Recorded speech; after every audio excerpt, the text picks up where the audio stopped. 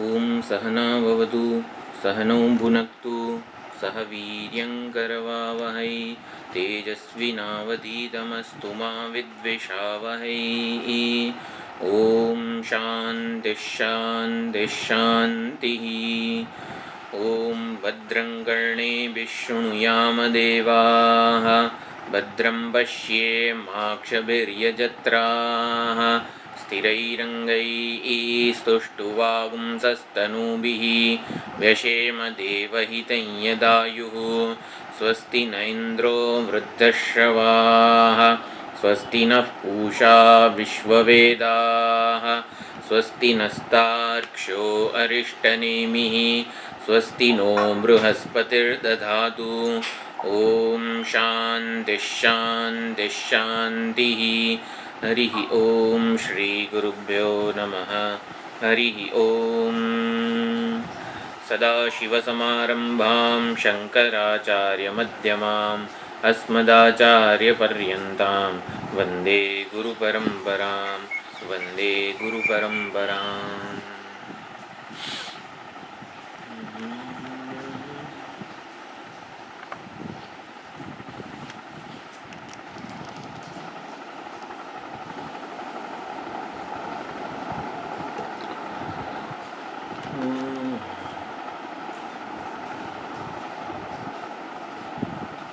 ગાર્ગ્ય સૌર્યાયણી ગાર્ગ્યનો પાંચમો પ્રશ્ન છે, શેમાં બધું વિલીન થાય છે? લય થાય, લોપ થાય, વિલીન થવું, અદર્શનમ લોપઃ એવું પાણીની મહારાજનું સૂત્ર છે વ્યાકરણમાં. અદર્શનમ જેનું ભાન ના થાય, જે પ્રકાશિત ન થાય એને લોપ કહેવાય. તો પ્રમાતા, પ્રમેય અને પ્રમાણ આ બધી ત્રિપુટી સુષુપ્તિમાં ક્યાં જઈને લય પામે છે? આ ત્રિપુટીનું ભાન નથી સુષુપ્તિમાં. ત્રિપુટીમાં આપણને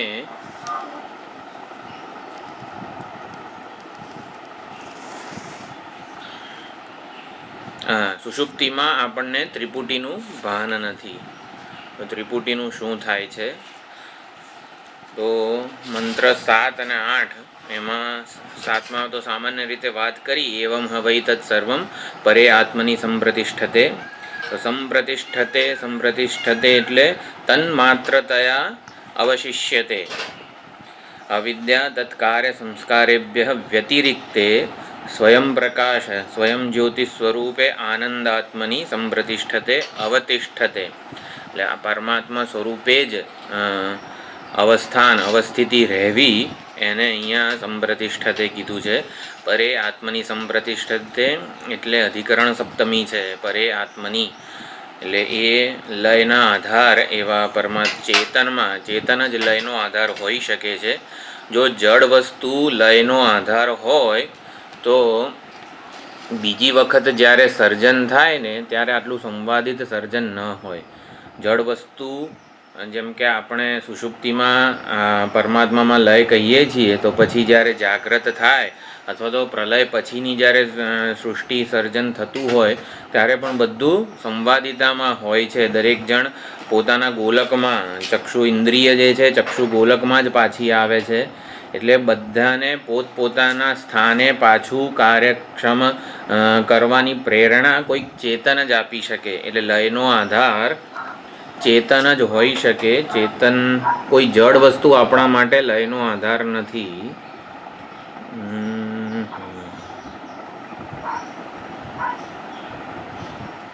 એ આપણે ખાસ સમજવાનું છે. આપણા માટે લયનો આધાર કોઈ ચેતન વસ્તુ જ છે.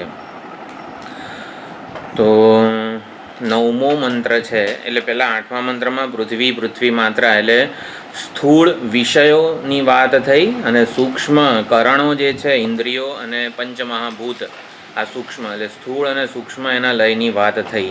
એટલે વ્યવહારના બધા સાધનો ઇન્દ્રિય, મન, બુદ્ધિ, સૂક્ષ્મભૂત અને વિષયો જે સ્થૂળ છે એ બધાનો આવી રીતે, એટલે કે ઉપાધિ અંશનો અજ્ઞાન એવી એ ઉપાધિ અંશનો લય એટલે શું? એના કારણ રૂપે વિદ્યમાન રહેવું, અને કારણ રૂપે અવિદ્યારૂપી ઉપાધિ છે સુષુપ્તિમાં, અને એને ઉજાળનાર એનો ઉપહિત જે ચૈતન્ય છે એ પ્રાજ્ઞ. એટલે સુષુપ્તિમાં લયનો આધાર કોણ છે? તો પ્રાજ્ઞ એ સુષુપ્તિમાં લયનો આધાર છે. જ્યારે પ્રલય વખતે સુષુપ્તિના લયનો આધાર આ ઈશ્વર છે. એટલે એ પ્રમાણે સમજવાનું છે. ગાર્ગેએ પૂછ્યું છે આ બધું શેમાં લય પામે છે? એટલે એ લય બે પ્રકારનો છે, વ્યષ્ટિ લય અને સમષ્ટિ લય. તો વ્યષ્ટિ લયનો આધાર પ્રાજ્ઞ છે. પ્રાજ્ઞ એટલે અહીંયા અવિદ્યોપાધિ ચૈતન્ય. ચૈતન્ય જ્યારે અવિદ્યાની ઉપાધિવાળું હોય ત્યારે એનામાં શક્તિ હોય છે. એટલે અવિદ્યા એ છે ને શક્તિનું ડોર્મેન્ટ રૂપ છે.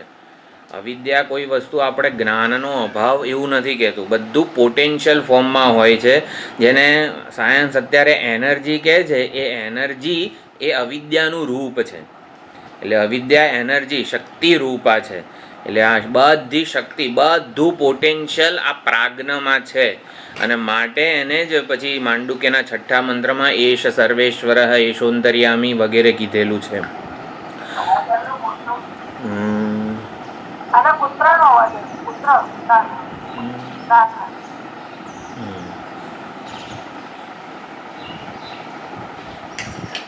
તો આ પ્રમાણે અંતઃકરણ ઉપાધિ એ વખતે અંતઃકરણની ઉપાધિવાળું ચૈતન્ય નથી સુષુપ્તિમાં.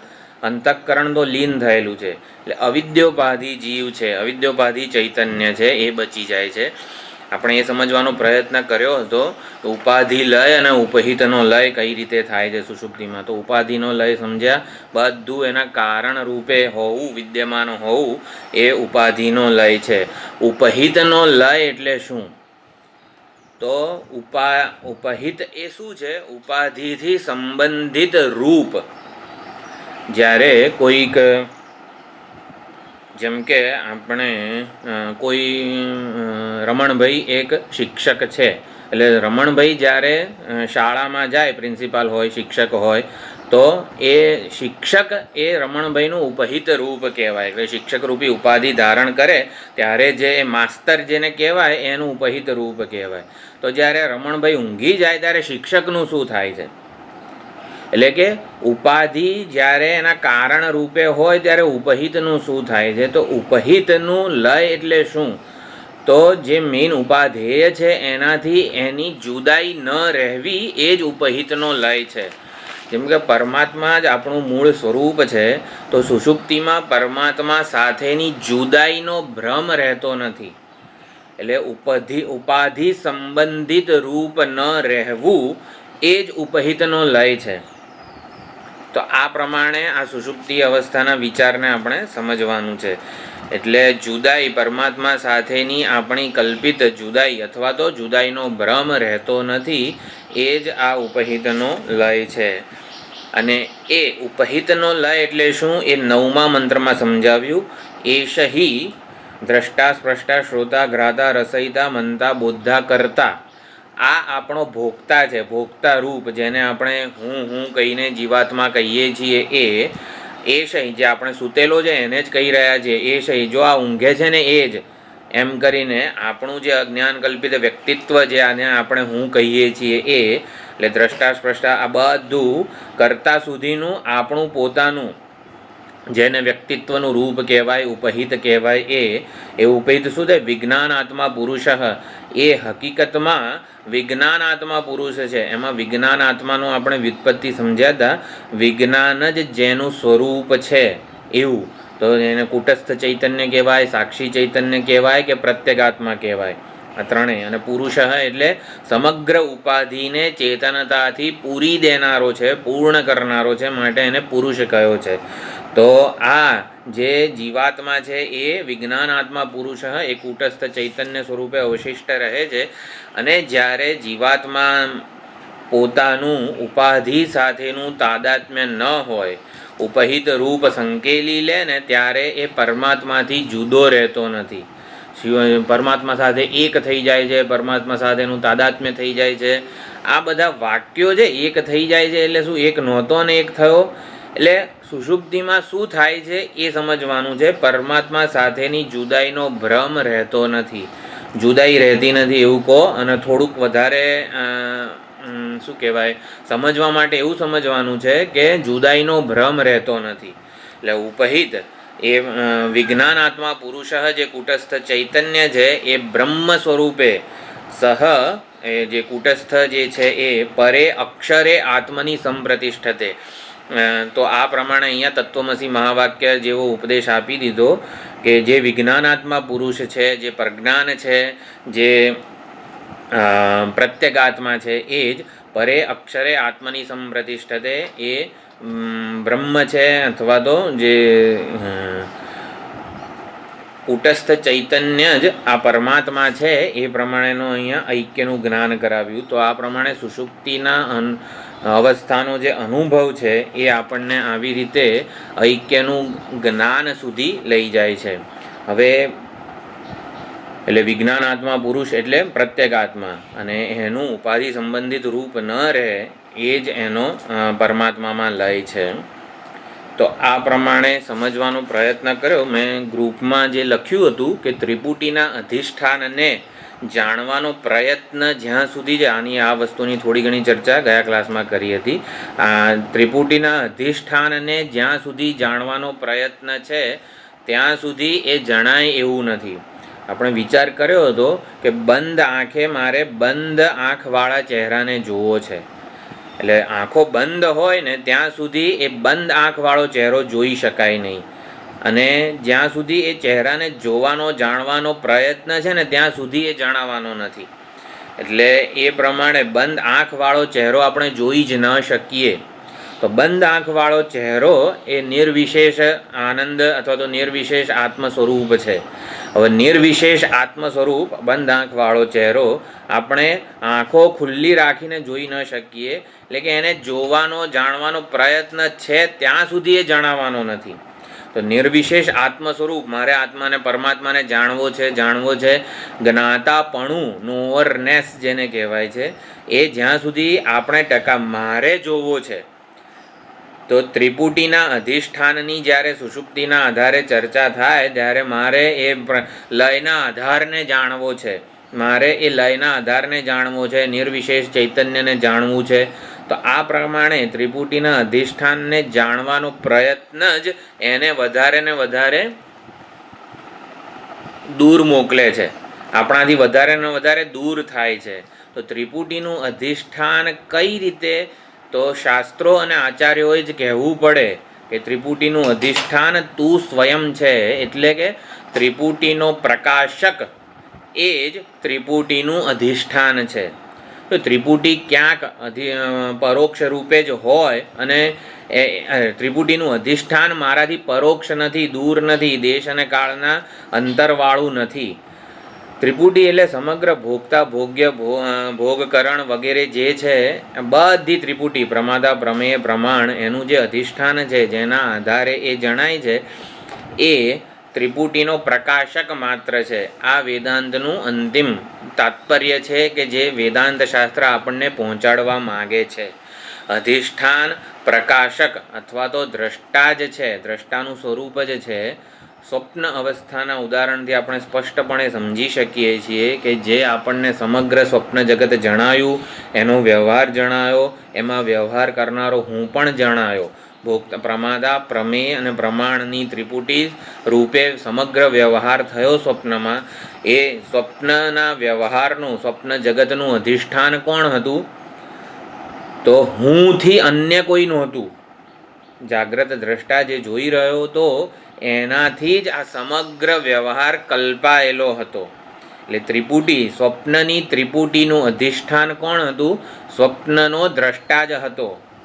એ પ્રમાણે સમજવાનું છે કે જાગ્રતમાં પણ આપણને જે આ સમગ્ર જગત અત્યારે જણાઈ રહ્યું છે એ જગતનો અધિષ્ઠાન કોણ છે? તો જેમાં આ સંપૂર્ણ જગત લય પામી જાય ને એ જગતનું અધિષ્ઠાન હોય. તો અહીંયા કહી દીધું પ્રાજ્ઞ, સમગ્ર જગતનો લય પ્રાજ્ઞ એટલે કે અવિદ્યા ઉપાધિ ચૈતન્યમાં થાય છે. અવિદ્યાની ઉપાધિવાળું જે ચૈતન્ય છે એમાં થાય છે. એટલે પ્રાજ્ઞ અવિદ્યાની ઉપાધિવાળું ચૈતન્ય છે. એટલે એ આ પ્રત્યેગાત્માનું જ એક રૂપ છે, કારણ ઉપાધિવાળું રૂપ છે. એટલે ત્રિપુટીનો પ્રકાશક એ જ ત્રિપુટીનું અધિષ્ઠાન છે. એ સુષુપ્તિ અવસ્થાના વિચારથી આપણે સમજવાનું છે.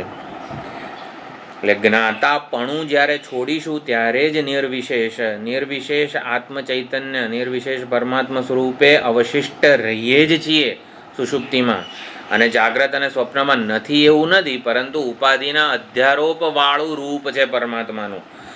જાગ્રત અને સ્વપ્નમાં નામ અને રૂપની ઉપાધિવાળું, નામ અને રૂપના વેશવાળું ચૈતન્ય જણાય છે આપણને. હકીકતમાં તો એ વખતે પણ નામ અને રૂપનો અધ્યારોપ માત્ર થયેલો છે સુષુપ્તિમાં, જાગ્રત અને સ્વપ્નમાં. અને સુષુપ્તિમાં નામ અને રૂપનો વેશ કે અધ્યારોપ રહેતો નથી, માટે ઉપાધિથી અત્યંત સ્વતંત્ર વિલક્ષણ રૂપે ચૈતન્યને ઓળખી શકાય છે. એટલે સુષુપ્તિ અવસ્થાના વિચારથી આ પ્રમાણે વેદાંતનું જે અંતિમ તાત્પર્ય છે એ ત્યાં સુધી આપણને આ સુષુપ્તિ અવસ્થા પહોંચાડે છે. તો સુષુપ્તિમાં અને પ્રલયમાં અને મુક્તિમાં આ ત્રણેય વસ્તુમાં શું ત્રણેય જે છે એમાં શું અંતર છે? 4 વસ્તુઓ છે. મૂલાવિદ્યા એટલે આપણું અજ્ઞાન. અજ્ઞાનમાં 2 શક્તિ છે, આવરણ શક્તિ અને વિક્ષેપ શક્તિ. આવરણ શક્તિ એટલે શું કે હું બ્રહ્મ છું, હું આનંદ સ્વરૂપ છું. એમાં હું એટલે આનંદ સ્વરૂપ જે છે એ વિશેષ અંશને ઢાંકી દે, આ મૂલાવિદ્યા એને આવરણ કીધું છે.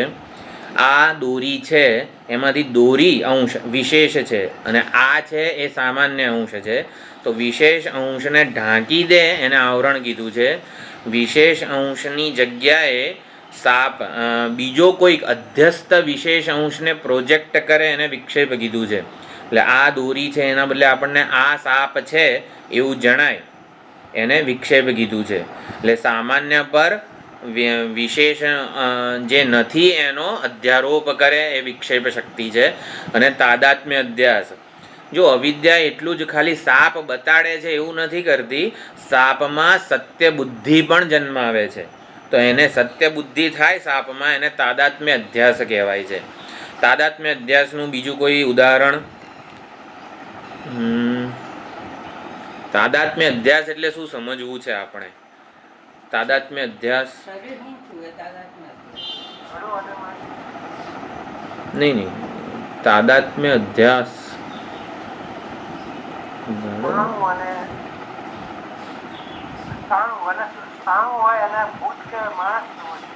એને વિક્ષેપ કીધો છે. તાદાત્મ્ય અધ્યાસનું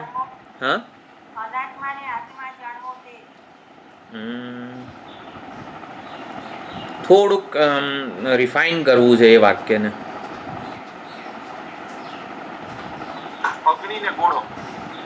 તાદાત્મ્ય અધ્યાસ, અગ્નિ અને લોખંડનો ગોળો 2 હોવા છતાં એક એન્ટિટી રૂપે જ આપણે એને જાણીએ, વ્યવહાર કરીએ, માની લઈએ, એને તાદાત્મ્ય અધ્યાસ કહેવાય છે. 2 વસ્તુ, પૃથક વસ્તુ, એકબીજાથી અલગ સ્વતંત્ર, છતાં પણ એને એક માની લઈએ, તાદાત્મ્ય અધ્યાસ.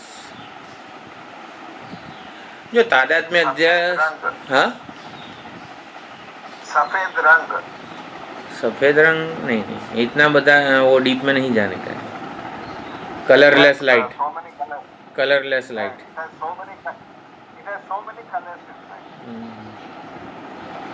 આપણે વેદાંતમાં જાણીતા બધા છે દ્રષ્ટાંતો. આત્મા અનાત્મામાં આત્મબુદ્ધિ અને નામ રૂપમાં સત્ય બુદ્ધિ, એટલે મિથ્યામાં સત્ય બુદ્ધિ અને અનાત્મામાં આત્મબુદ્ધિ અને તાદાત્મ્ય અધ્યાસ કીધો છે.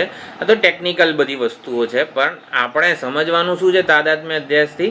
જ્યાં 2 હોય ત્યાં એકના દર્શન થવા, આપણને એક માની લેવું. શરીરને હું કેવું તાદાત્મ્ય અધ્યાસ. પણ હવે આપણને આમ તો હવે શરીર તો હું છું જ, એટલે કે વ્યવહારમાં આપણને એવું લાગે છે કે તાદાત્મ્ય અધ્યાસ ક્યાં આવ્યો. આપણને તાદાત્મ્ય અધ્યાસ એ શબ્દ સમજવો છે. તો જ્યારે સિનેમામાં આપણે થિયેટર જોતા હોઈએ ત્યારે હીરો કે હિરોઈન એટલે મીન્સ કે હીરોના જે દુઃખ હોય એના લીધે આપણા આંખમાં જ્યારે આંસુ આવી જાય એને તાદાત્મ્ય અધ્યાસ કીધો છે. આપણો એની સાથે નાહવા નીચોવાનો સંબંધ નથી. સિનેમાના પાત્ર સાથે આપણો નાહવા નીચોવાનો સંબંધ નથી, છતાં પણ એના સુખ દુઃખ આપણને આપણા સુખ દુઃખ લાગે છે. આને તાદાત્મ્ય અધ્યાસ કહેવાય. તો મિથ્યામાં સત્ય બુદ્ધિ અને અનાત્મામાં આત્મબુદ્ધિ તાદાત્મ્ય અધ્યાસ બરોબર છે, પણ તાદાત્મ્ય અધ્યાસ એટલે આવી વસ્તુ છે કે જેનું કોઈ અસ્તિત્વ જ નથી, જે છે જ નહીં, છતાં પણ આપણને એ હું રૂપે એમાં અહમ મમનો અધ્યાસ થઈ જાય છે કે આપણા માટે કેટલું સત્ય એ વસ્તુ થઈ જાય છે. એ વ્યક્તિના સુખ દુઃખ કે જે એ વ્યક્તિ પોતે તો પ્રોજેક્ટેડ જ છે, તો પ્રોજેક્ટેડ વસ્તુના સુખ દુઃખ આપણને આપણા જ લાગે છે. તો આ તાદાત્મ્ય અધ્યાસ. હવે સુષુપ્તિ અને જ્ઞાન કાળે ક્યાં ગયું? સુષુપ્તિમાં મૂલા વિદ્યા હોય છે કે નથી હોતી? હોય છે કે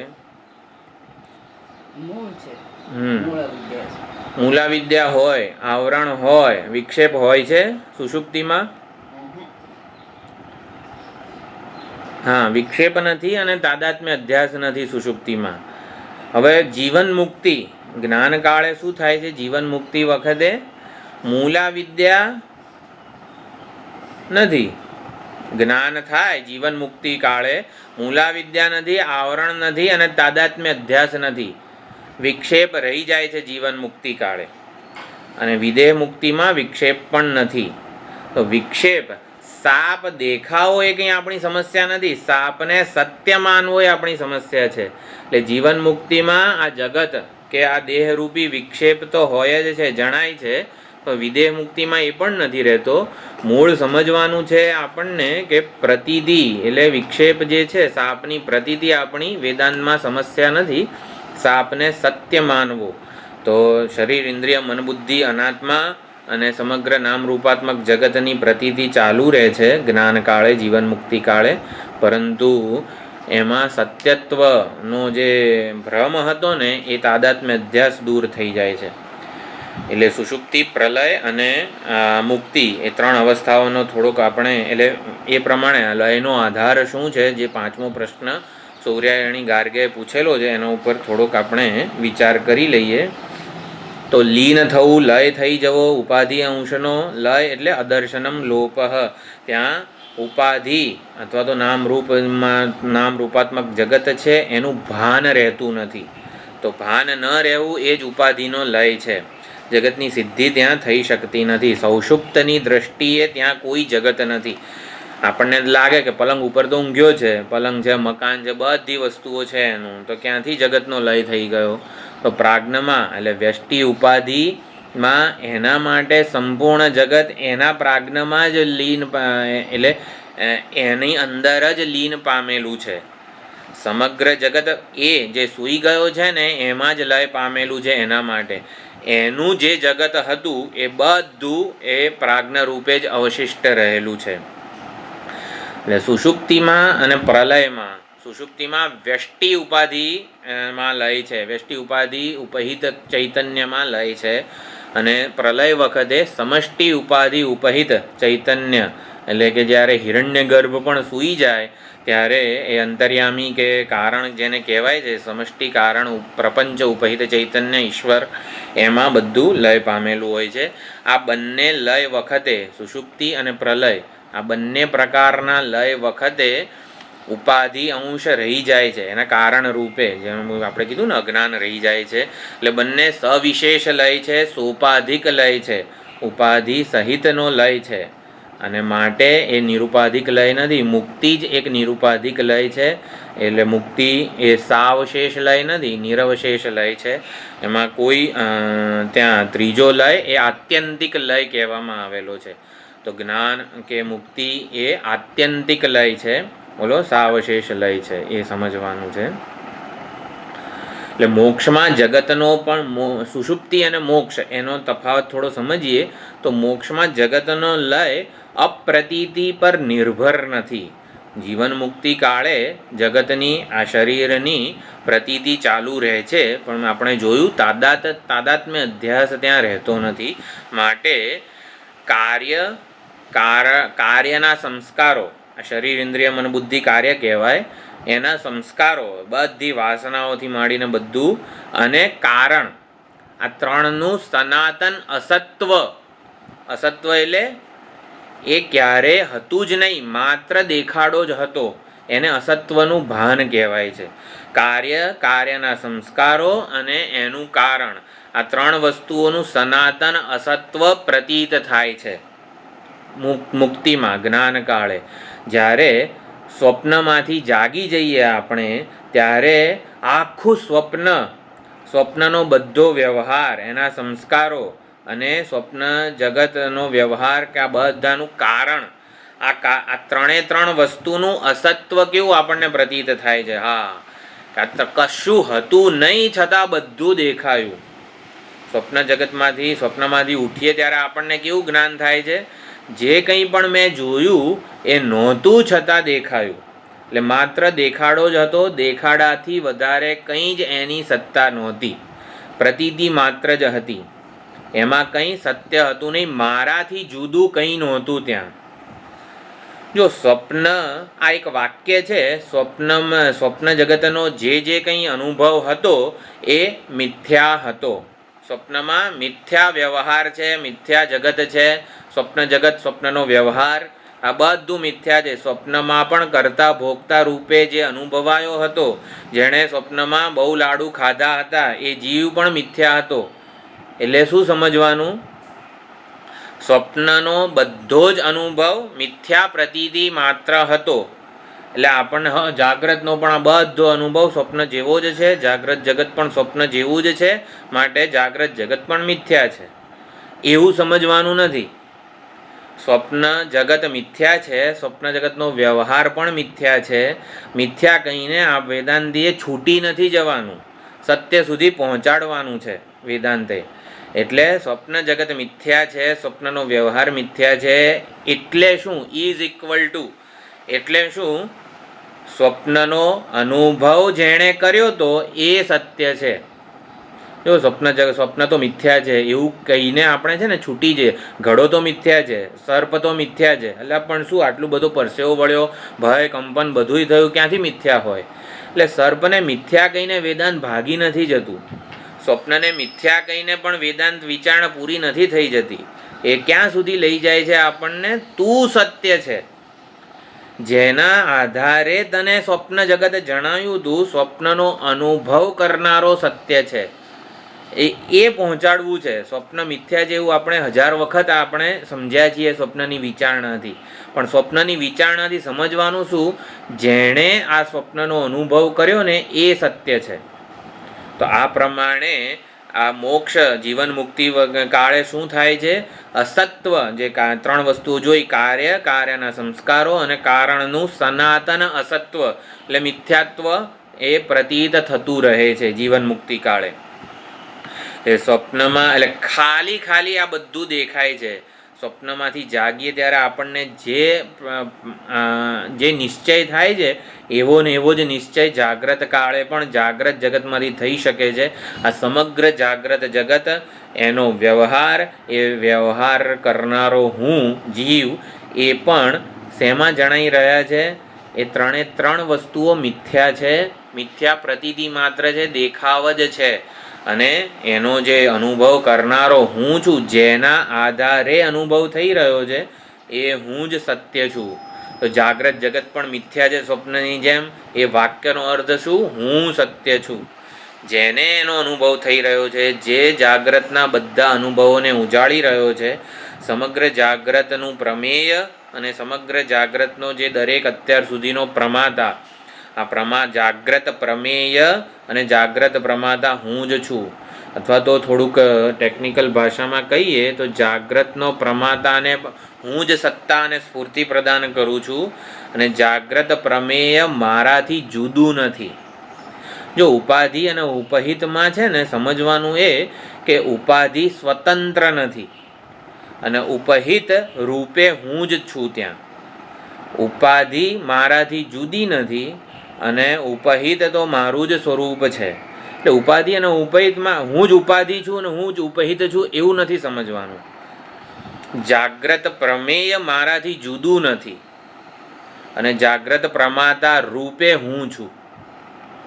સ્વપ્નમાં જે સ્વપ્ન જગત જણાયું હતું એ સ્વપ્ન જગત મારાથી જુદું, સ્વતંત્ર, વિલક્ષણ નથી, અનન્ય છે.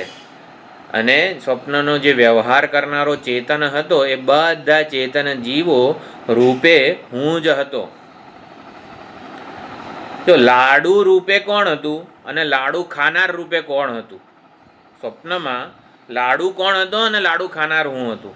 તો લાડુ મારાથી જુદો નહોતો અને લાડુ ખાનાર રૂપે હું હતો. આવું ઇક્વેશન છે. તો તત અભિન્નત્વમ અને તત અનન્યત્વમ, આ બે વસ્તુઓ થોડીક જુદી પડે છે વેદાંતમાં. જડ એ ચેતન પરનો અધ્યારોપ માત્ર છે. હા બોલો.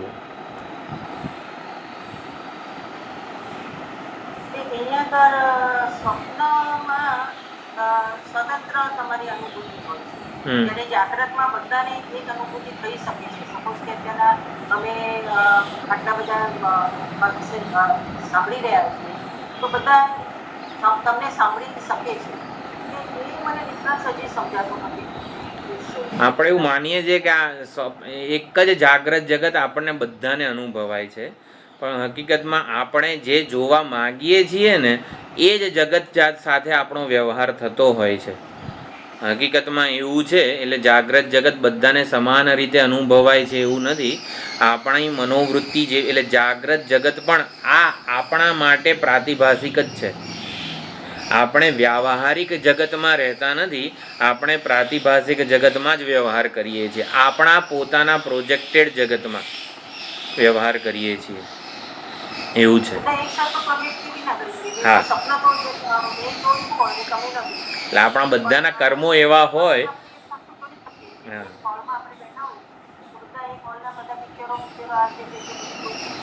સ્વપ્નના કર્મો આપણા ઇન્ડિવિજ્યુઅલ, સ્વપ્નનું જગત આપણા ઇન્ડિવિજ્યુઅલ કર્મોનું ફળ છે. આપણા બધાના અમુક એવા કર્મો હશે ભેગા તો આપણને એ પ્રકારનું સમાન જગત જણાય છે. એવું છે.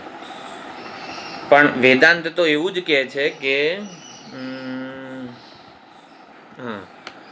કે આ જાગ્રત જગત પણ આપણા માટે પ્રાતિભાષિક જ છે. આપણે આપણા મનોકલ્પિત જગતમાં જ રહીએ છીએ. મનોકલ્પિત જગતમાં એટલે સૂર્ય જે છે, આપણે સમજવું હોય આ વસ્તુને તો સૂર્યનું અજ્ઞાન હોય જેને, એને સૂર્યનો પ્રકાશ મળે કે નહીં?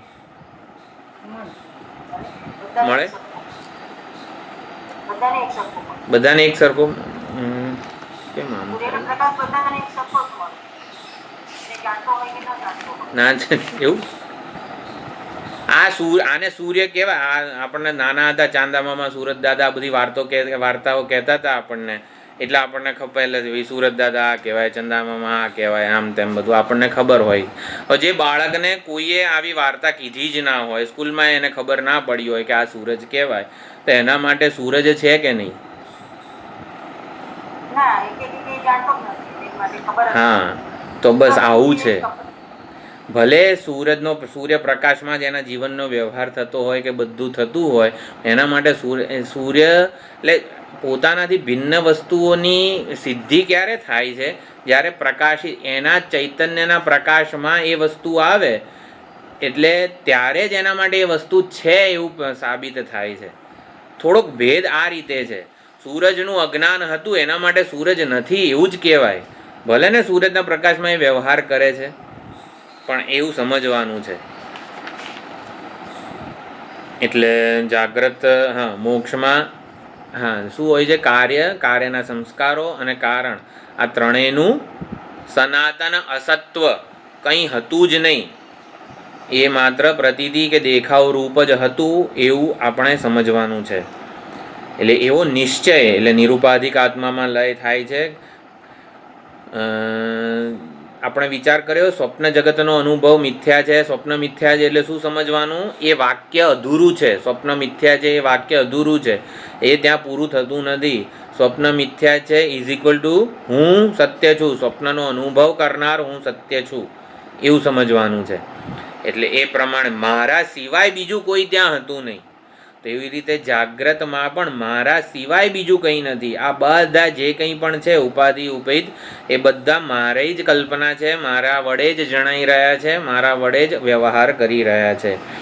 એટલા માટે અહીંયા 9મા મંત્રમાં એશહી દ્રષ્ટા સ્પષ્ટા એટલે જીવ ઉપહિત જીવ પોતે કેવી રીતે પરમાત્માનું જ્ઞાન કરાવે છે એ 9મા મંત્રમાં કહ્યું. 7મા 8મા વગેરે મંત્રમાં જગત કઈ રીતે પરમાત્માનું જ્ઞાન કરાવે છે એ કહ્યું. જો અહીંયા બંને રીતે પરમાત્મા સુધી પહોંચાડે છે. જીવ અને જગત બંને ઉપલક્ષણ બને છે પરમાત્માના જ્ઞાન માટેનું. ઉપલક્ષણ એટલે શું? તીર. આપણે એક તીર આપણા લક્ષ્યભેદ ઉપર કરતા હોઈએ, જો તીર શું છે આપણી પાસે છે, તો તીર એ ત્યાં એ તીર શું કહેવાય, લક્ષ્યનું લક્ષ્ય તરફ દોરી જાય છે આપણને, એને ઉપલક્ષણ કહેવાય. તો જગત અને જીવ બંને ઉપલક્ષણ બને છે પરમાત્માના જ્ઞાન માટેનું. તો જગત કઈ રીતે પરમાત્માના જ્ઞાન માટેનું ઉપલક્ષણ બને છે? જગત પોતે લયના આધાર રૂપે પરમાત્માને ઉપલક્ષિત કરે છે. સમગ્ર જગત જેમાં વિલીન થઈ જાય છે, યતોવા ઇમાની ભૂતાની જાયંતે યેન જાતાની જીવંતી યત પ્રયંતી અભિસંવિશંતી જન્માદ્યસ્ય યતઃ, અથવા તો પરમાત્માનું ઉપાદાન કારણ રૂપે જેટલું પણ વર્ણન છે જેને તટસ્થ લક્ષણ કહેવાય, આ તટસ્થ લક્ષણને ઉપલક્ષણ કહી શકાય છે. એટલે કે જગત પોતાની ઉત્પત્તિ વડે, જગત પોતાની સ્થિતિ વડે, જગત પોતાના લય વડે પરમાત્માને ઉપલક્ષિત કરે છે, પરમાત્મા તરફ દોરી જાય છે, કે જેમાં જો હું લય પામી ગયો છું ને એ પરમાત્મા છે લયનો આધાર. આમ જગત એ પોતાના લય દ્વારા ઉપલક્ષણ બને છે પરમાત્માના જ્ઞાન માટેનું. જગત અને પરમાત્માનો વાસ્તવિક સંબંધ નથી. શાખા ચંદ્ર ન્યાય જે છે એમાં શાખાનો અગ્રભાગ અને ચંદ્ર વચ્ચે કોઈ સંબંધ નથી, કોઈ વ્યાવહારિક સંબંધ નથી, કંઈ લેવા દેવા નથી. એ જ પ્રમાણે જગત અને પરમાત્મા વચ્ચે પણ કોઈ લેવા દેવા નથી, કોઈ નાવા નીચોવાનો સંબંધ નથી. છતાં પણ જગત લયના આધાર રૂપે પરમાત્માનું જ્ઞાન કરાવી જાય છે. આમ વાસ્તવિક સંબંધ નથી. એટલે એ પ્રમાણે જગત અને એનો લય એ નથી તો પરમાત્માનું સ્વરૂપ અને નથી પોતે કાયમ રહેનારું. જગત અને એનો લય, જો જગત અને એનો લય પરમાત્માના જ્ઞાનનું ઉપલક્ષણ છે, એટલે જેમાં જગતનો લય થાય છે એને પરમાત્મા કહેવાય. આ પ્રમાણે સુષુપ્તિમાં શું આપણે સમજ્યા કે જેમાં સમગ્ર ભોગતા ભોગ્ય ભોગ સાધન વગેરે ત્રિપુટી નો લય થાય છે, એ લયનો આધાર આ કોઈક ચેતન છે. ચેતન લયના આધારમાં બધું લીન પામી જાય છે. તો પરમાત્માની અને જગતના લયના આધાર રૂપ હોવું એ છે ને સમાન સત્તા નથી. જગતનો લય અને પરમાત્મા સમાન સત્તામાં નથી. જો પરમાત્મામાં જગતનો લય થતો હોય, પરમાત્મામાં જગતનો અભાવ અદર્શન થઈ જતું હોય, તો પરમાત્માને જગતના અભાવ વાળો કહેવાય. બંનેની સમાન સત્તા હોય તો પરમાત્મા કે ચેતન છે એ જગતના અભાવરૂપી લક્ષણ વાળું નથી. જગતનો અભાવ જ્યાં થાય છે, લય જ્યાં થઈ જાય છે એ પરમાત્મા છે. એટલે કંઈ સમાન સત્તા નથી. અહીંયા ત્રિપુટીનું અધિષ્ઠાન આપણે પરમાત્માને કહીએ છીએ, આધાર નથી કહેતા. ત્રિપુટીના મેં આપણા ગ્રુપમાં લખેલું છે, ત્રિપુટીના અત્યંત અભાવથી ઉપલક્ષિત પરમાત્મા છે. તો આપણે એ સમજવાનું, ઘરેણાના અભાવવાળું સોનું છે એવું નથી કહેતા.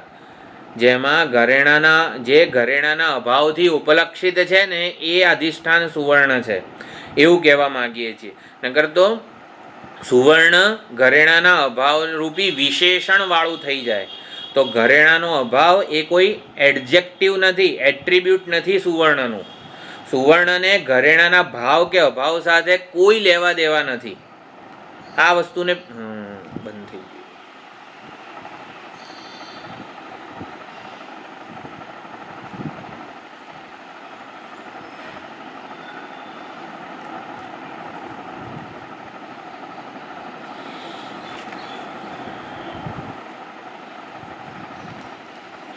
Recording in progress.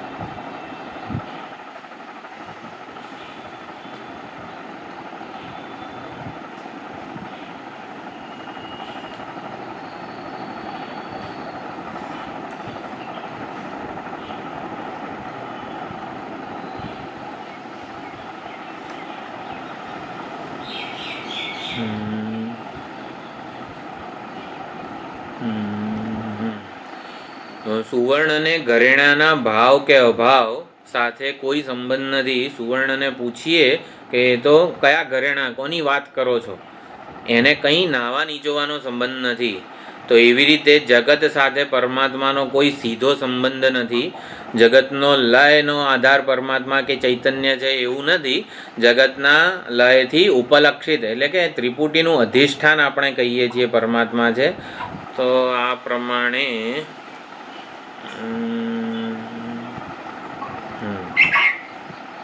સમજવાનું છે ખાસ. જગતનો લય એ પરમાત્માનું કોઈ લક્ષણ નથી અને વિશેષણ પણ નથી. એ જગત અને પરમાત્માનો વાસ્તવિક સંબંધ નથી. અને આ પ્રમાણે અધ્યારોપ માત્ર થાય છે પરમ ચૈતન્ય ઉપર સમગ્ર જગતનો. અને એ અધ્યારોપ સંકેલી લેવામાં આવે છે સુષુપ્તિમાં. અધ્યારોપ રહેતો નથી અને માટે જગતમાં કોઈ સત્ય બુદ્ધિ એ વખતે હોતી નથી. તો જગતરૂપી ઉપલક્ષણ વડે પરમાત્માનું જ્ઞાન જ્યારે થાય, જગત ઉપલક્ષણ બને છે પરમાત્માના જ્ઞાન માટેનું લયના આધાર રૂપે. જેમાં સમગ્ર જગત લય પામી જાય છે એ સુષુપ્તિનો આધાર છે, પરમાત્મા છે વગેરે. આ વડે એટલે જગત ઉપલક્ષણ જ્યારે બને પરમાત્માના જ્ઞાન માટેનું, ત્યારે પરમાત્મા હંમેશા પરોક્ષ જ રહે છે. જેમાં સમગ્ર જગત લય પામી જાય છે ને એ પરમાત્મા છે. એ પરમાત્મા મારા માટે તો પરોક્ષ જ રહે છે. સમગ્ર જગતનું ઉત્પત્તિ, સ્થિતિ અને લય જે આધાર છે એ પરમાત્મા છે, એ ચેતન છે, બ્રહ્મ છે એવું કહીએ ત્યારે એ જે આધાર રૂપે ત્રિપુટીના અધિષ્ઠાન રૂપે જેને ઉપલક્ષિત કરવામાં આવ્યા એ ચેતન પરમાત્મા મારા માટે તો પરોક્ષ જ રહી જાય છે. માટે જીવને પણ ઉપલક્ષિત કરવામાં આવ્યો મંત્ર 9 વડે કે આ એટલે એ પરમાત્માને અપરોક્ષ હું કૂટસ્થ પ્રત્યેગાત્મા રૂપે લક્ષિત કરવામાં આવે છે. જીવ એટલે જગત પણ ઉપલક્ષણ બને છે પરમાત્માના જ્ઞાન માટેનું, પરંતુ એનાથી પરમાત્માનું પરોક્ષ જ્ઞાન જ થાય છે. સમગ્ર જગતના લયનો આધાર છે, સમગ્ર જગતની ઉત્પત્તિ એમાંથી છે. એ પરમાત્માને જગત કારણ રૂપે આપણે જાણી શકીએ છીએ. પરંતુ જીવની વિચારણાથી એ જ પરમાત્મા પ્રત્યક્ષ સ્વરૂપે આપણા માટે પ્રત્યક્ષ સ્વરૂપે આવિર્ભૂત થાય છે, અથવા તો આપણે એને જાણી શકીએ છીએ. તો 9મો મંત્ર ખૂબ જ અગત્યનો છે કે જેનાથી જગતના આધાર, જગતનો લયનું અધિષ્ઠાન જે પરમાત્મા છે એ જ પરમાત્મા મારું પણ સ્વરૂપ છે. એ જ પરમાત્મા કરતા ભોગતા રૂપે આ ઉપાધિમાં ઉપલબ્ધ છે. એટલે જીવ જગત જ્યારે ઉપલક્ષણ બને ત્યારે જગત જુદું રહે છે પરમાત્માથી, પરંતુ જીવ જ્યારે ઉપલક્ષિત થાય છે પરમાત્માના જ્ઞાન માટે ત્યારે જીવ જુદો રહેતો નથી. તો આપણે કીધું જીવાત્મા અને પરમાત્માની જુદાઈનો ભ્રમ સુષુપ્તિમાં રહેતો નથી. એટલે જીવાત્મા ઉપલક્ષણ બને છે ને ત્યારે પરમાત્માથી જુદો રહેતો નથી. જગત ઉપલક્ષણ બને છે પણ એ વખતે જગતનો લય થાય છે અને લયના આધાર રૂપે પરમાત્માનું જ્ઞાન થાય છે.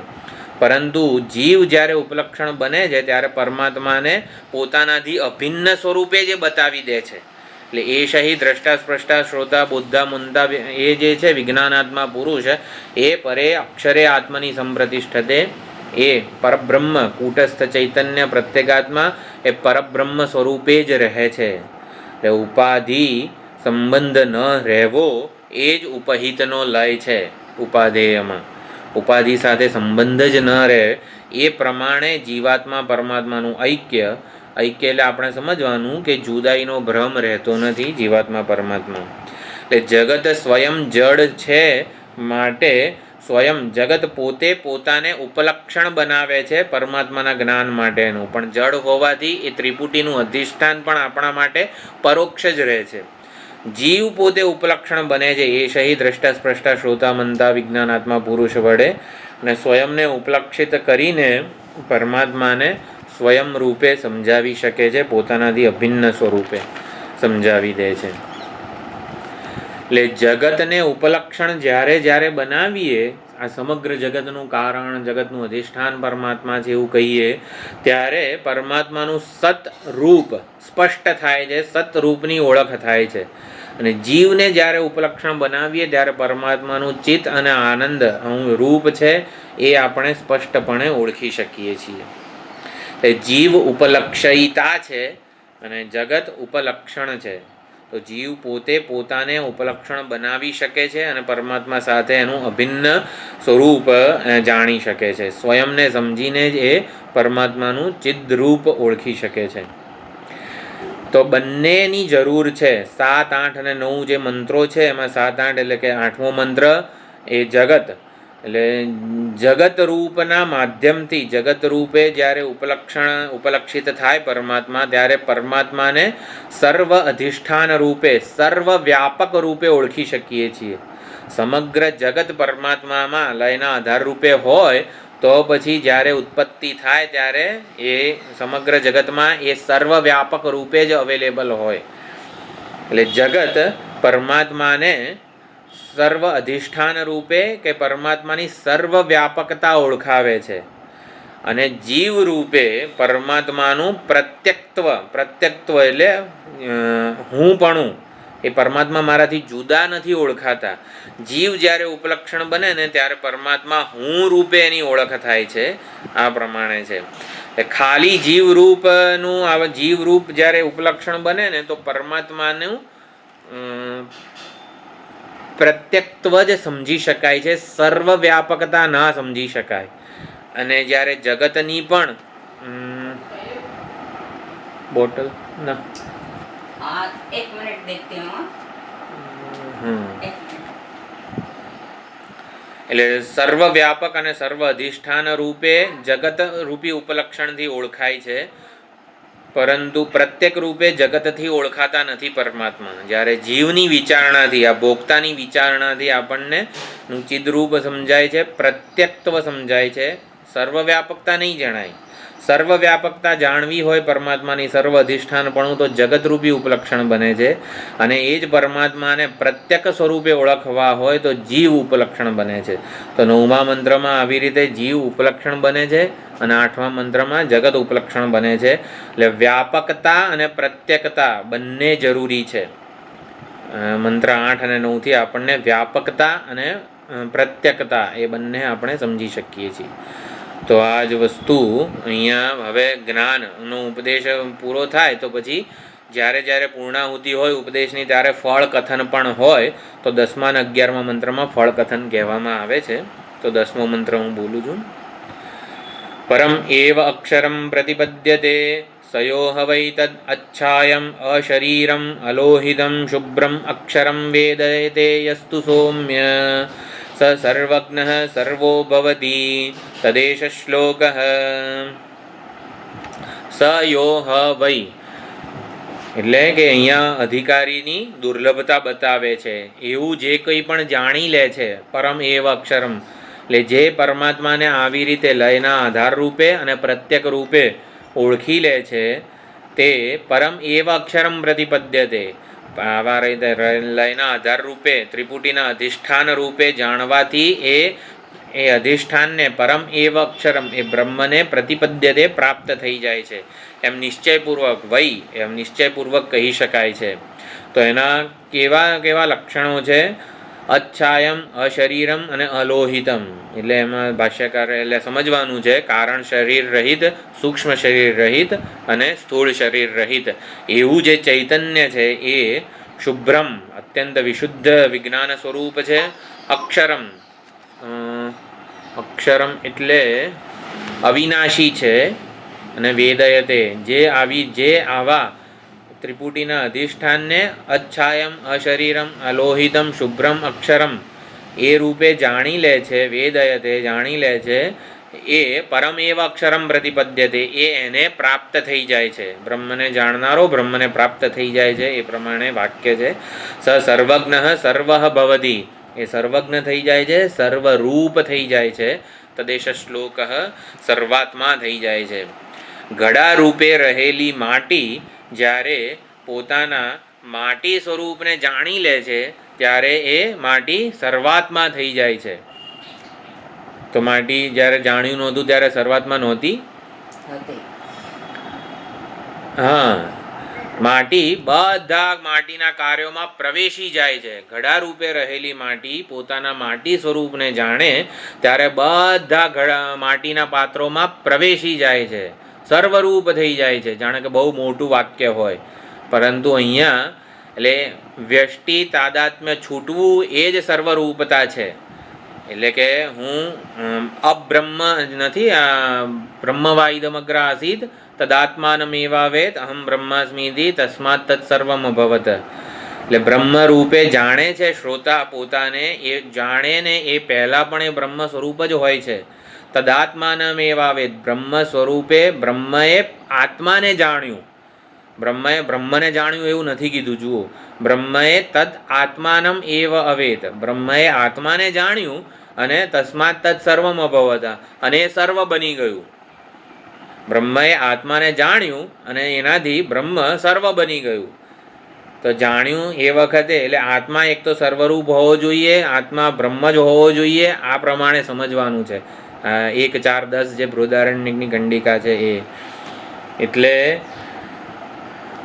પોતાના વ્યષ્ટિ તાદાત્મ્યથી પોતાને મુક્ત જાણવું એ જ સર્વરૂપતા કે સર્વરૂપે પ્રવેશ છે ને એવું કહી શકાય છે. એટલે ઘડા રૂપે રહેલી માટી પોતાને ઘડા રૂપે પરિચ્છિન્ન સમજતી હતી અને એ પોતાને સર્વવ્યાપક એવી માટી જ્યારે સમજે છે ત્યારે સર્વ પાત્રોમાં પ્રવેશી જાય છે. સર્વ બધી જાણનારી, સ સર્વજ્ઞ સર્વો ભવતી, આ પ્રમાણે અહીંયા ફળ કથન કીધેલું છે.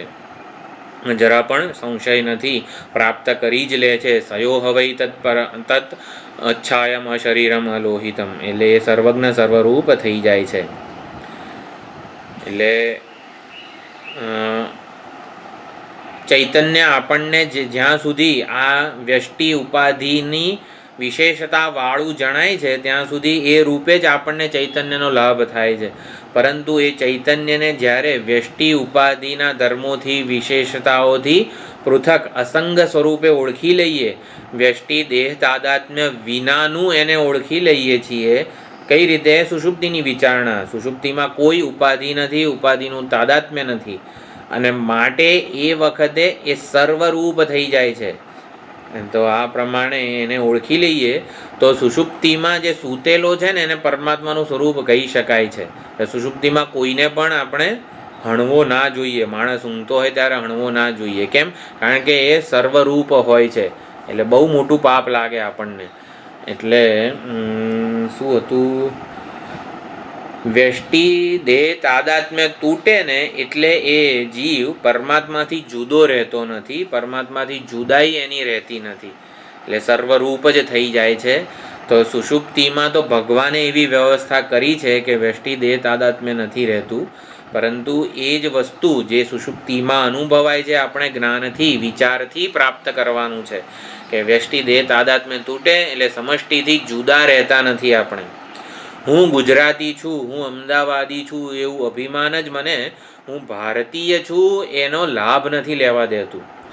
હવે જેવું હું ગુજરાતી અભિમાન છોડું તરત હું ભારતીય છું એનો લાભ મને મળે છે. તો સમષ્ટિ અને વ્યષ્ટિનું તાદાત્મ્ય આ રીતે છે. વ્યષ્ટિ સમષ્ટિના અનુગ્રહ વગર ટકી શકે જ નહીં, પરંતુ વ્યષ્ટિ હું આટલું કરી શકું છું, મારામાં આટલી સામર્થ્ય છે વગેરે. વ્યષ્ટિ દેહ તાદાત્મ્ય એટલું છે કે સમષ્ટિનો અનુગ્રહ જાણે કે આપણને નથી મળતો, પરંતુ એવું નથી. એ લાભ જ્યારે વ્યષ્ટિ દેહ તાદાત્મ્ય તૂટે ત્યારે આપણું સર્વરૂપ જ હોઈએ છીએ. એ જ અહીંયા જ્ઞાન દ્વારા આપણને સમજાવવામાં આવ્યું. અચ્છાયમ, અશરીરમ અને અલોહિતમ.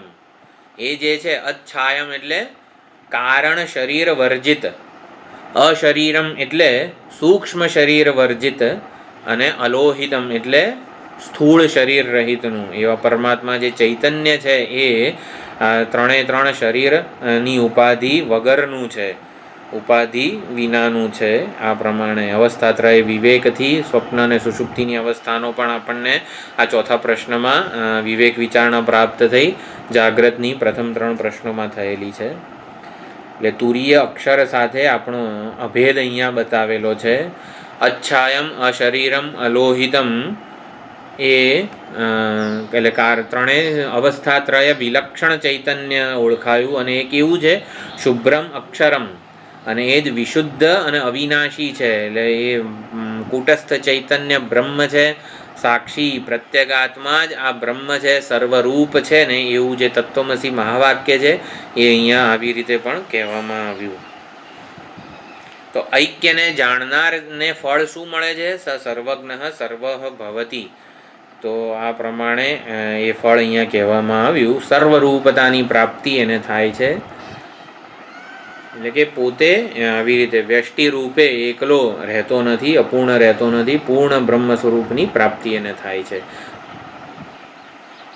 વિશેષતાનો કોઈ અધ્યારોપ નથી અને માટે જુદાઈ રહેતી નથી. મેઇનલી સમજવાનું એ કે આ પરમાત્માનું જ્ઞાન થાય, સર્વરૂપતાનું જ્ઞાન થાય ત્યારે વિશેષતાનું વ્યષ્ટિનું કોઈ એવું અધ્યારોપ રહેતો નથી. સુષુપ્તિમાં તો રહેતો જ નથી. સુષુપ્તિના વિચાર વડે જાગ્રતમાં પણ આપણે આ વ્યષ્ટિ દેહ તાદાત્મ્યથી મુક્ત થવાનું છે. અને માટે એ વ્યષ્ટિ દેહ તાદાત્મ્ય તૂટે એટલે આપણે એનું મિથ્યાત્વ સમજીએ. મિથ્યાત્વ નિશ્ચય એટલે શું?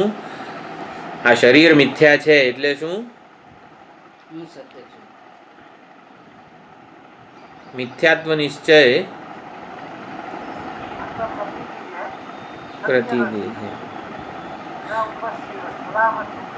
હા,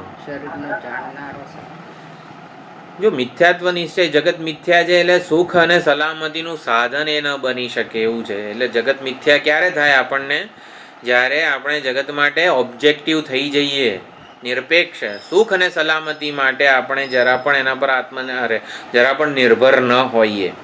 તો અહીંયા આ પ્રમાણે સમજવાનું છે કે એનાથી હું વિશેનો નિર્ણય હું ન લઉં. સુખ અને સલામતીનો આધાર જગત ન રહે એટલે શું? એનાથી હું વિશેનો, હુંની પૂર્ણતા માટે, હુંના સુખ માટે હું જગત ઉપર, શરીર ઇન્દ્રિય મન બુદ્ધિ ઉપર આધાર ન રાખું. મને થોડુંક જ્ઞાન હોય ને તો મને જરાક આમ સારું લાગે. એટલે હુંના સ્વીકાર માટે હું ઉપાધિને વિશિષ્ટ બનાવવાનો પ્રયત્ન કરું છું. હું મારો સ્વીકાર કરી શકું. મને થોડુંક સંસ્કૃત આવડવું જોઈએ, થોડું વેદાંત આવડવું જોઈએ, થોડુંક આમ વિષ્ણુ સહસ્ત્ર બધું મોઢે આવડવું જોઈએ. તો આ બધું મન કે બુદ્ધિની વિશેષતાઓને વધારવાનો પ્રયત્ન કરું છું. શેના માટે? કે જેથી હું મારો સ્વીકાર કરી શકું. તો ત્યાં સુધી શરીર ઇન્દ્રિય મન બુદ્ધિ મિથ્યા ન થયા કહેવાય. એટલે મિથ્યાત્વ નિશ્ચય એટલે શું? હું આઈ એમ એટ ઇઝ, એટલે કે હુંનો પૂર્ણ સ્વીકાર કરું એને જ મોક્ષ કીધેલો છે. અનકન્ડિશનલ સ્વીકાર, અનકન્ડિશનલ બિનશરતી સ્વીકાર હું કરું. એટલે એના માટે કોઈ ઉપાધિના ધર્મોની કે વિશેષતાઓની મારે જરૂર નથી. તો એટલા માટે કહી દીધું અચ્છાયમ અશરીરમ અને અલોહિતમ. એટલે સ્થૂળ, સૂક્ષ્મ અને કારણ આ ત્રણેય શરીર વગરનો હું છું. ત્રણેય શરીરની વિશેષતા વગરનો હું છું. એની મને જરૂર નથી. એમાં મારે સુખ કે સલામતી બુદ્ધિ રાખવાની પણ જરૂર નથી. આવું જ્યારે થાય એને ત્રણેય શરીરનો નિષેધ કીધો છે. અવસ્થાત્રય વિવેક, શરીરત્રય વિવેક એટલે શું? આ પ્રમાણે આપણે સમજવાનું છે. એટલે એની વિશેષતાઓની, એની સિદ્ધિની મને જરૂર નથી. અનાત્માના લેવલ ઉપર પ્રાપ્ત થનારી એક પણ સિદ્ધિ મને નહીં જોઈએ. મનની કોઈ, કે મન શાંત થઈ જાય, કે મનમાં કંઈક વિશેષ અનુભવો થાય, એટલે મનના સ્તરે, અનાત્માના સ્તરે અનુભવવામાં આવતી એવી કોઈ વિશેષ સિદ્ધિ, આનંદ, સલામતી, સુખ મને નથી જોઈતું. તો આ પ્રમાણે અચ્છાયમ એટલે કારણ શરીર રહિત. કારણ શરીર એટલે શું? અજ્ઞાન. સુષુપ્તિને આપણે આનંદમય કોષ કીધો છે. સુષુપ્તિમાં મલિન સત્વ પ્રધાન ઉપાધિ છે. તમસ વડે મલિન થયેલું સત્વ એ ઉપાધિ બને છે સુષુપ્તિમાં. તમસ વડે આચ્છાદિત, તમસ વડે અભિભૂત થઈ ગયેલું સત્વ એ વખતે ઉપાધિ બને છે ચૈતન્ય માટેની. એટલે આનંદમય કોષ અથવા તો કારણમય કોષ એને કહી શકાય છે. સુષુપ્તિનો અનુભવ પરમાત્માનો અનુભવ નથી, અજ્ઞાનનો અનુભવ છે. એટલે અજ્ઞાનને પ્રકાશે છે કોણ એ વખતે? આ પરમાત્મા જ, એટલે ચૈતન્ય જ. કારણ અવિદ્યા ઉપાધિ ચૈતન્ય એ વખતે પ્રકાશે છે. તો મલિન સત્વ પ્રધાન ઉપાધિ છે અને એટલે અચ્છાયમ કીધું છે. સૌથી ગાઢ અંધકાર આ અજ્ઞાનનો છે. સૌથી ગાઢ અંધકાર સુષુપ્તિમાં કંઈ જણાતું નથી. કેમ? કારણ કે અજ્ઞાન છે. સૌથી ગાઢ અંધકાર જે સ્વયં પ્રકાશ, સ્વયં જ્યોતિ સ્વરૂપ પરમાત્માને પણ ઢાંકી દે છે. સ્વયં જ્યોતિ સ્વરૂપ આત્મ ચૈતન્ય પરમાત્મા ચૈતન્યને ઢાંકી દે ને એને અજ્ઞાન કહેવાય. તો એવું સમજવાનું નથી. આપણે સમજ્યા ને કે સૂર્યને પણ ઢાંકી દેનારું સૂર્યનું અજ્ઞાન છે. કોઈને સૂર્ય ન જણાય, સૂર્ય રૂપે ન જણાય. સૂર્યનું અજ્ઞાન સૂર્યને ઢાંકી દેનારું છે. જેને ખબર જ નથી કે સૂરજ કોને કહેવાય, એના માટે સૂરજ પ્રકાશતો જ નથી એવું કહી શકાય. આપણે અજ્ઞાનને સમજવા માગીએ છીએ. સૂર્યનું અજ્ઞાન જ સૂર્યને ઢાંકી રહ્યું છે. તો એવી રીતે આ સૂરજ છે એવું જે વિશેષ જ્ઞાન ન હોવું ને એને જ સૂર્યનું અજ્ઞાન કીધું છે. અને એના માટે સૂરજ સ્વયં પ્રકાશ રૂપે પ્રકાશતો નથી. તો આત્માનું અજ્ઞાન કેવું છે? આવું આ સ્વયં જ્યોતિ સ્વરૂપ આત્માને જ છે એના આધારે જ વ્યવહાર થાય છે. જો સૂર્યનું અજ્ઞાન જે બાળકને છે એને શું આ જગત નથી જણાતું? એ બાળક સૂર્યના પ્રકાશમાં જ બધો વ્યવહાર કરે છે. સ્કૂલે જાય છે, જમે છે, આ છે, બધો વ્યવહાર કરી જ રહ્યું છે બાળક. એટલે બાળક માટે સૂર્યનો પ્રકાશ નથી એવું નથી કહેવા માંગતા. સૂર્યનું અજ્ઞાન છે એટલે શું કે જેના પ્રકાશમાં હું સર્વ વ્યવહાર કરી રહ્યો છું એ સૂર્ય છે એવું એ જાણતો નથી. એટલે સૂર્યનું અજ્ઞાન સૂર્યને ઢાંકી દે છે. તો એવી રીતે આત્માનું અજ્ઞાન, સ્વયં જ્યોતિ સ્વરૂપનું અજ્ઞાન એટલે શું? આત્મા ઢંકાઈ જાય, કંઈ જણાય નહીં એવું નહીં. જેના આધારે હું આ સમગ્ર જાગ્રત અને સ્વપ્નનો વ્યવહાર કરું છું, જેના આધારે બધા વ્યવહારનો અભાવ જાણું છું સુષુપ્તિમાં, એ આત્મ ચૈતન્ય છે. એનું અજ્ઞાન હોય છે મને. એટલે પણ સ્પષ્ટપણે આટલું બધું જણાઈ રહ્યું છે, જેના આધારે જણાય છે ને એને જાણતો નથી. તો એને આત્માનું અજ્ઞાન કીધેલું છે. તો આ પ્રમાણે અચ્છાયમ એટલે આ અજ્ઞાનથી રહિત, કારણ શરીરથી રહિત, અલોહિતમ એટલે સ્થૂળ શરીરથી રહિત અને અશરીરમ સૂક્ષ્મ શરીરથી રહિત. શરીરત્રય અવસ્થાત્રય વિલક્ષણ હું છું. ત્રણેયનો સાક્ષી અધિષ્ઠાન હું છું. ત્રણેયનું અધિષ્ઠાન હું છું તો પરોક્ષ જ રહીશું. ત્રણેયનો સાક્ષી પ્રકાશક જ અધિષ્ઠાન છે. સાક્ષી જ એ ત્રિપુટીનું અધિષ્ઠાન છે એવું અહીંયા સમજાવવામાં આવ્યું.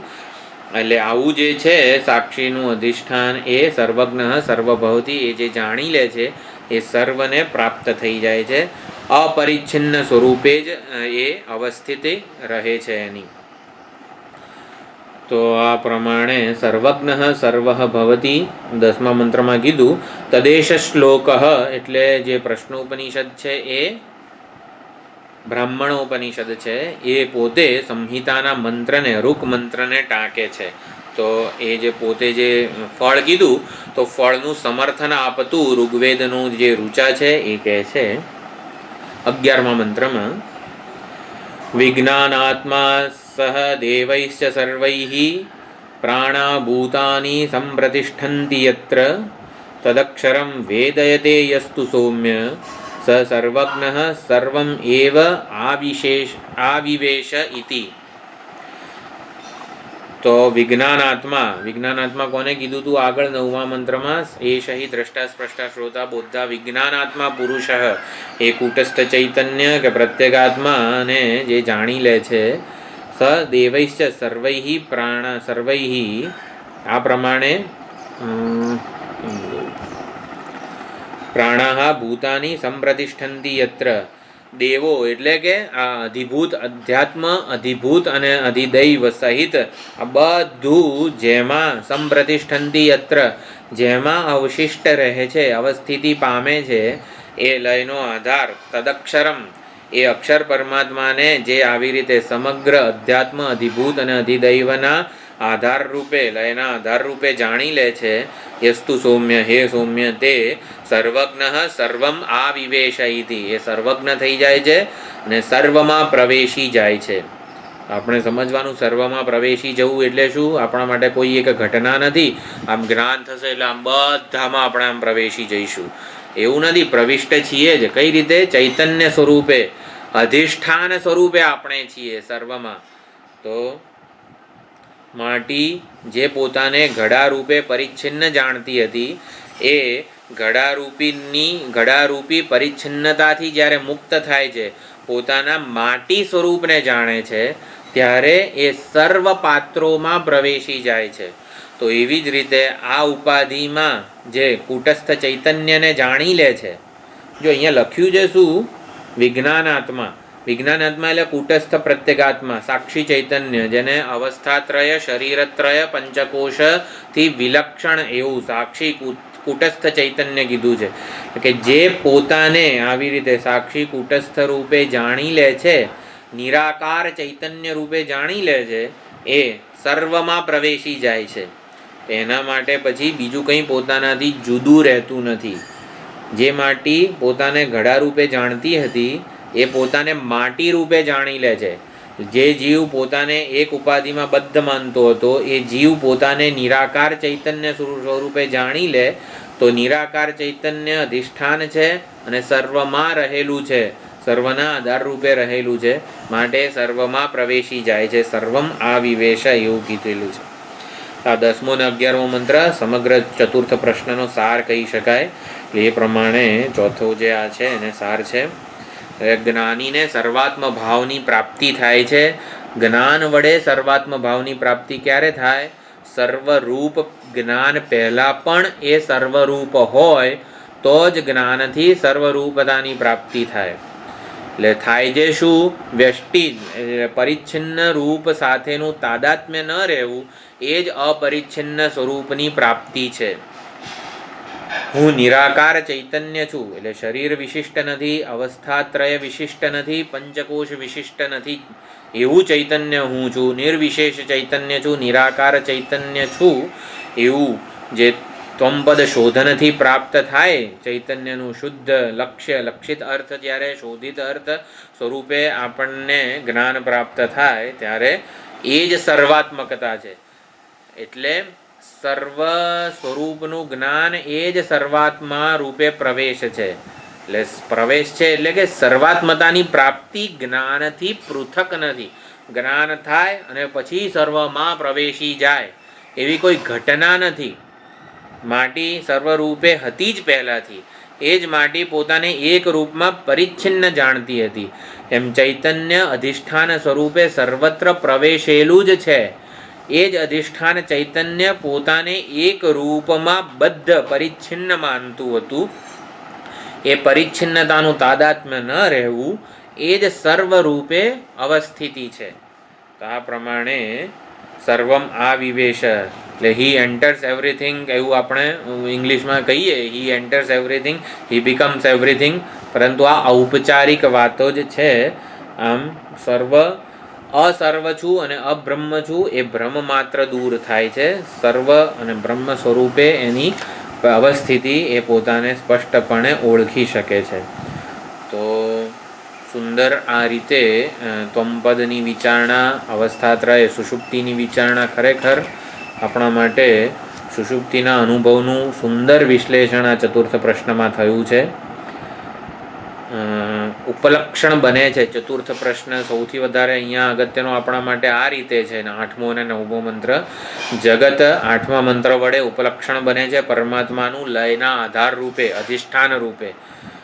અહીંયા સુવર્ણ સમગ્ર ઘરેણાનું લયનો આધાર છે. એટલે ઘરેણાના અભાવવાળું સુવર્ણ છે એવું નથી સમજવાનું. જેમાં ઘરેણા પોતાના અભાવ દ્વારા સુવર્ણને લક્ષિત કરે છે. ઘરેણાનો અભાવ અને સુવર્ણ સમાન સત્તામાં નથી. સુવર્ણને પૂછીએ તે એકે ઘરેણા જોયા? તો સુવર્ણ કહે છે કયા ઘરેણા, કોણ ઘરેણું? મેં તો એક પણ ઘરેણાને જોયા જ નથી. એમ પરમાત્મા જ આ લયના અધિષ્ઠાન છે. એટલે કે જગત, પરમાત્માને પૂછીએ પરમાત્મા કેવું જગત છે, આવું બધું કેમ બનાવ્યું છે, આટલા બધા ખાડા છે રસ્તાઓ ઉપર. પરમાત્મા કે કયા ખાડાઓ, કયા રસ્તા? પરમાત્માને તો જગત દેખાતું જ નથી. સુવર્ણને તો એક ઘરેણું દેખાતું નથી. એટલે સમજવાનું એ કે આ બધું અધ્યારોપ માત્ર છે. સ્વપ્ન જગતનો અનુભવ મિથ્યા છે. એટલે શું સમજવાનું? સ્વપ્નને જોનારો સત્ય છે. તો એવી રીતે આપણે જાગ્રત જગત મિથ્યા છે એટલે શું? જાગ્રતને જે જોનારો છે ને એ જ સત્ય છે.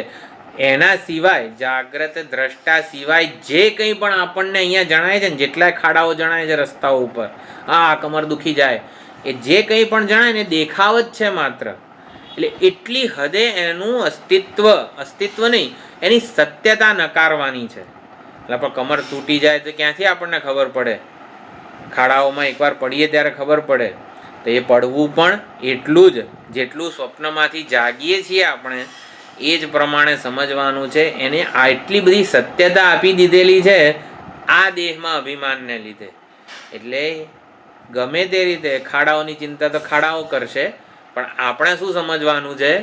આ દેહ સાથેનું તાદાત્મ્ય જો આપણે શિથિલીકરણ કરી શકીએ તો 100% જગતમાં સત્ય બુદ્ધિ આપણી ન રહે. એટલે જગતમાં સત્ય બુદ્ધિ આપણે ઓછી કરવી હોય તો સૌથી પહેલાં આપણા માટે સાધન શું છે? અવસ્થાત્રય વિવેક, આ સ્વપ્ન કે સુષુપ્તિનો વિચાર છે. એના દ્વારા આપણને પોતાને સત્ય સ્વરૂપે ઓળખવાના છે. એટલું ખાસ સમજવાનું છે. તો સુંદર આ ચતુર્થ પ્રશ્નએ આપણને વિચાર ભાથું આપ્યું છે. અને હવે પાંચમો પ્રશ્ન કે જગત ઉપલક્ષણ બને છે, જીવ અને જગત બંને પરમાત્માના જ્ઞાન માટેનું આટલું સુંદર વર્ણન થયું, છતાં પણ એમાં એ જ્ઞાન આપણું દ્રઢ ન થતું હોય તો ઉપાસનાનું પણ થોડુંક વિધાન. ઓમકાર વિચાર, જ્યારે માંડુક્યમાં ઓમકાર વિચાર આવે છે ત્યારે ભાષ્યકાર આ પ્રશ્નોપનિષદના મંત્રોને પણ ટાંકતા હોય છે. પ્રાજ્ઞની જ્યારે માંડુક્યમાં વિચારણા આવી, તૈજસની વિચારણા આવી, ત્યારે બધા મંત્રો આ પ્રશ્નોપનિષદમાંથી જ ટાંકેલા છે. તો આ પ્રમાણે પ્રશ્નોપનિષદ પણ એક યુનિક રીતે આપણને આત્મપદનું શોધન કરાવી આપે છે. અને આ સુંદર ઉપાસનાનું પણ વિચાર આપણને પ્રાપ્ત થાય છે ઓમકારનો. તો સુંદર વિચાર ભાથું આપણને પ્રશ્નોપનિષદ આપે છે. આપણે લાભ રહેતા રહીશું. તો પાંચમો પ્રશ્ન હવે આ ગુરુવારે આપણે જોઈશું.